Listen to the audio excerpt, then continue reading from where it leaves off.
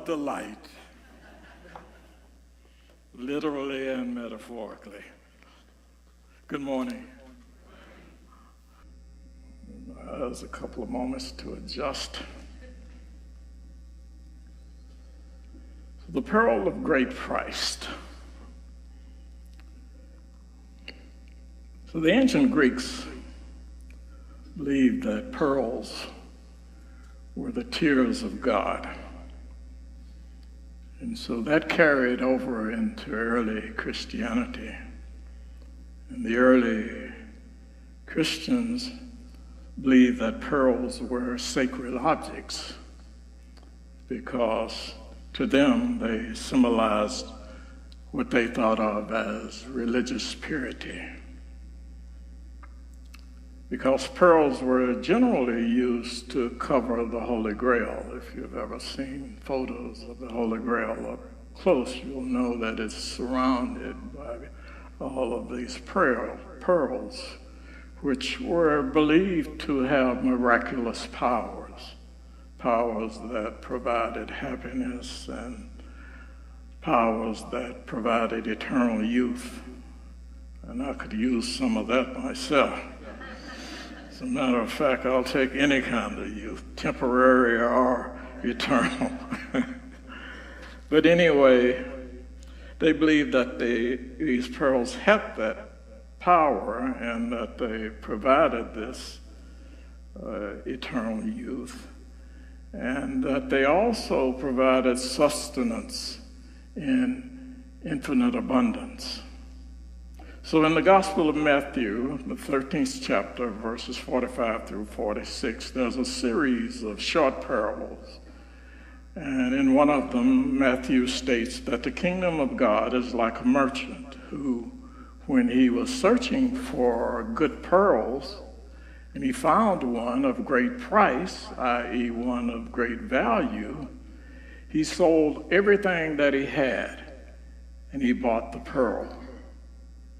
So again, there's this symbology of the pearl.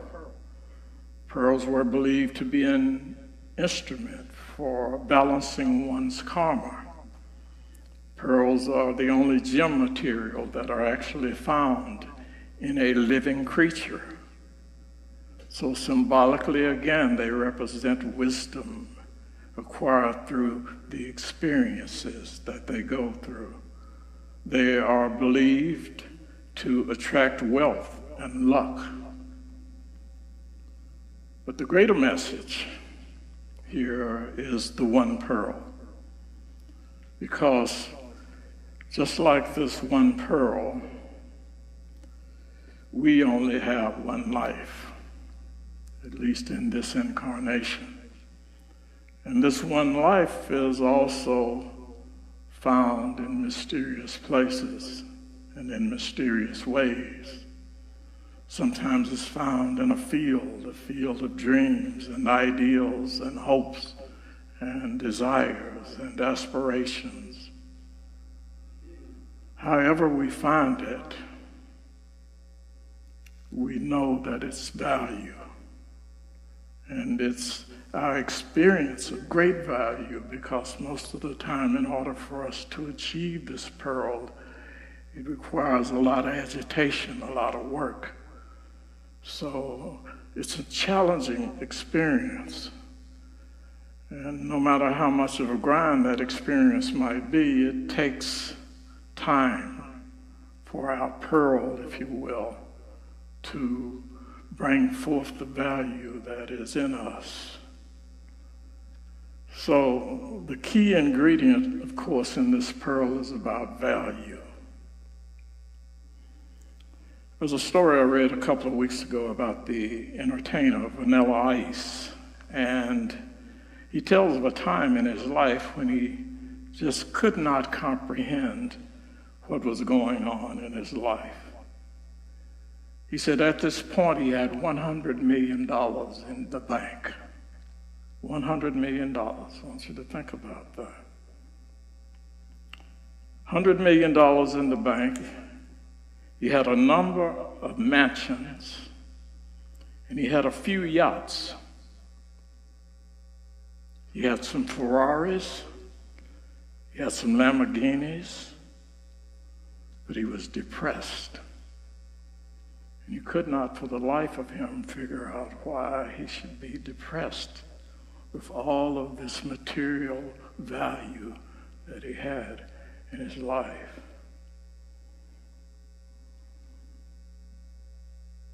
And then he decided that maybe he should get quiet and to try something that he hadn't tried since he was a child.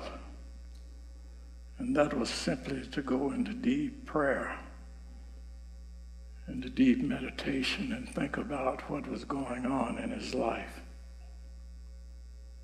And he said when he reached that deep place in his life after going through all the agitation of trying to get all of these visions of what he had in abundance around him out of his mind, when he got through all of that,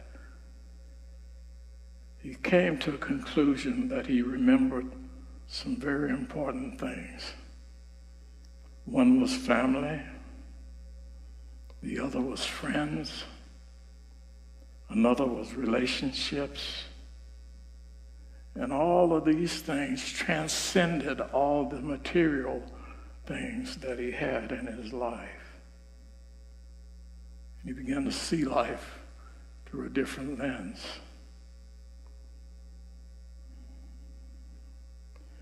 Eckhart told us that our real spiritual awakening happens when something emerges from within us that suggests to us that we are grander than we think we are, deeper than we think we are, that you as a person is still there, that persona is still there, but there's something else, there's something deeper, something grander, something more powerful is there too. And that more powerful essence begins to shine through you at that moment. And you begin to evaluate and value things at a different level. And in this parable, Matthew doesn't elaborate on the pearl's formation. He does not talk about the fact that the oyster is sometimes irritated for a time that it takes to create this pearl. And that time span can go anywhere from 1 to 20 years, depending on whether it is a freshwater pearl or a saltwater pearl. 1 to 20 years of agitation to create this incredible gem called a pearl. And we go through some agitation in our lives sometimes. And then many times that agitation slows us down, sometimes makes us want to give up, creates a lot of irritation in our relationships and in our business and in our world. But something greater can come forth out of that. So what Matthew is suggesting is that we dedicate our lives to a valuable creation, because that's what the pearl does. I think it's safe to say that life gives us plenty irritating experiences. In Unity, we have this term, we try to gentrify it by calling them lessons. Lessons that teach patience, lessons that provide understanding, lessons that give us inner vision, lessons that provide a sense of direction or a sense of clarity for us or direction. And the clarity makes our decision-making easier because having both clarity and direction qualifies us to set up a life that we want and that we desire. And I think that's something that is important to us, even though many times we don't really go around thinking about it much. It's just a natural part of who we are. So the twist in this parable is the merchant who sold all that he had to purchase his own sense of self. That's actually what he was doing. He sold all that he had in order to discover who he was. Now, on the surface, that may sound absurd or silly or stupid even, because we all think we know who we are. And at the intellectual level, we do know who we are. But the intellect has a short memory, and that memory is often clogged with bad information, if you will. Often clogged with bad information. Einstein said the intellect has powerful muscles, but it has no personality. So if we follow that train of thought, we should not make the intellect our God. So I spent much of my life in search of intellectual knowledge. But the things that have given me the most power and the most energy and the most hope and the most faith have come forth through my grinding in the real world and the lessons that I've learned. Lessons, many of which have helped me transform my life in ways that are unimaginable.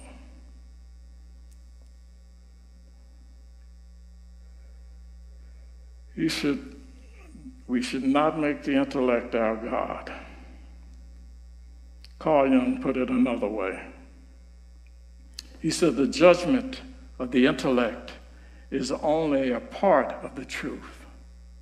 The rest of the truth, I believe, are in our everyday experiences. So, take both of those two geniuses and then think about the experiences that we enjoy in life, and also think about the ones that just annoy the living daylights out of us. And then you put those together, and you have a brilliant pearl that is polished and ground to a point where it is invaluable. But it has to be in here, and it has to be in here. It has to be in the head, and it has to be in the heart before that becomes a reality for us. So one pearl in this incarnation, and we have to value it to the very best that we can. Today, of course, is Palm Sunday. It's the beginning of what we traditionally call Holy Week. But if we truly study the life of Christ, we also have to understand that this journey of holiness, or to holiness, if you will, that the journey continues throughout every experience that we have. We can't separate the experiences into good or into bad experiences. It's just part of the journey. And it continues no matter how much pain we go through or how much joy we go through. Because in the end, the only thing that matters is how much value we place on ourselves. There's an old preacher I used to listen to. He said, sometimes you have to go through hell to get to heaven. And it's a powerful metaphor. The tradition of using palm fronds in reenacting Jesus' arrival down into Jerusalem signifies a sign of peace, a sign that there was oneness. And if you think about that, making this long, treacherous journey that he made down into Jerusalem with throngs of people that are waiting to welcome him hadn't been an easy experience. And even beyond that, there was still much hell for him to go through. But for that moment, there was a peace in him that gave him the strength and the fortitude and the courage that he needed to face what was coming next. And we never know what's coming next in our lives. We never know what it's going to be. And so there's no point of us going into our heads trying to think, well, I hope this next experience is good, or I hope it does this, or I hope it does that. All we need to do is be prepared for whatever comes. And who knows, it might be $100 million in the bank, or it might be something considerably less. But it doesn't matter, you see, if our heads are screwed on right and our heart's in the right place. Life's an incredible gift. It's sometimes complex, sometimes it's confusing, sometimes it's even tragic. But the outcome inevitably always turns out good. Never been through any experience in my life that in the end I couldn't look back and say, that was all right. And believe you me, I've had a few experiences. So in closing, let me restate the parable. The kingdom of God is like a merchant who went out and he was searching for good pearls, and he found one, not a strand, but one of great value, of great price. And then he sold all that he had, and he bought that one. Incredible metaphor. Every one of us has a metaphor for life. We all have deeply held unconscious beliefs that determine how we experience everything that happens in our lives, within ourselves and around us. And that life metaphor determines how we live. It is the lens through which we see the world and respond to the world. And when you understand your life metaphor, the world will become your pearl. Let me say that again. When you understand your life metaphor, the world will become your pearl. Forget about all you see around you and just think about that metaphor from the sense of your spirit and your soul. The world will become your pearl. You are what you decide to be. Always. When that moment happens, you'll know beyond a shadow of a doubt what it is for you to do in life and what not to do. One pearl, you. I'll leave you with a Zen koan. It's a tale of the holy man. The holy man lived in a country where the word had been spread across the country that there was the wise holy man who lived in a small house atop the mountain. And so down in the village, there was a man who really wanted to see the holy man. And he decided to make the long and difficult journey up the mountain to visit him. So he arrived at the house, and he saw an old servant inside who greeted him at the door. And he said to the servant, "I'd like to see the holy man." And so the servant smiled, and he led him in, brought him inside the house. And as they walked through the house, the man was eagerly looking around, anticipating his encounter with the holy man. And before he knew it, he was at the back door, and he was escorted outside. And he said to the servant, "But I came to see the holy man." And the servant said, "You already have seen him." Everyone you meet in life, even if they seem plain or insignificant, incorrigible, even if they seem hard to relate to, whatever, see them as the holy man. Because when you do, your vision will change, and you will change, and your world will change. One pearl. That's you, my friends. God bless.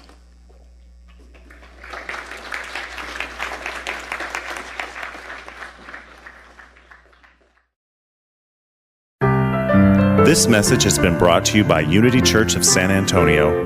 To open your heart, transform your life, and celebrate your divine identity, visit us on the web at www.unityofsa.org. And remember, you are the light of God, so shine brightly today.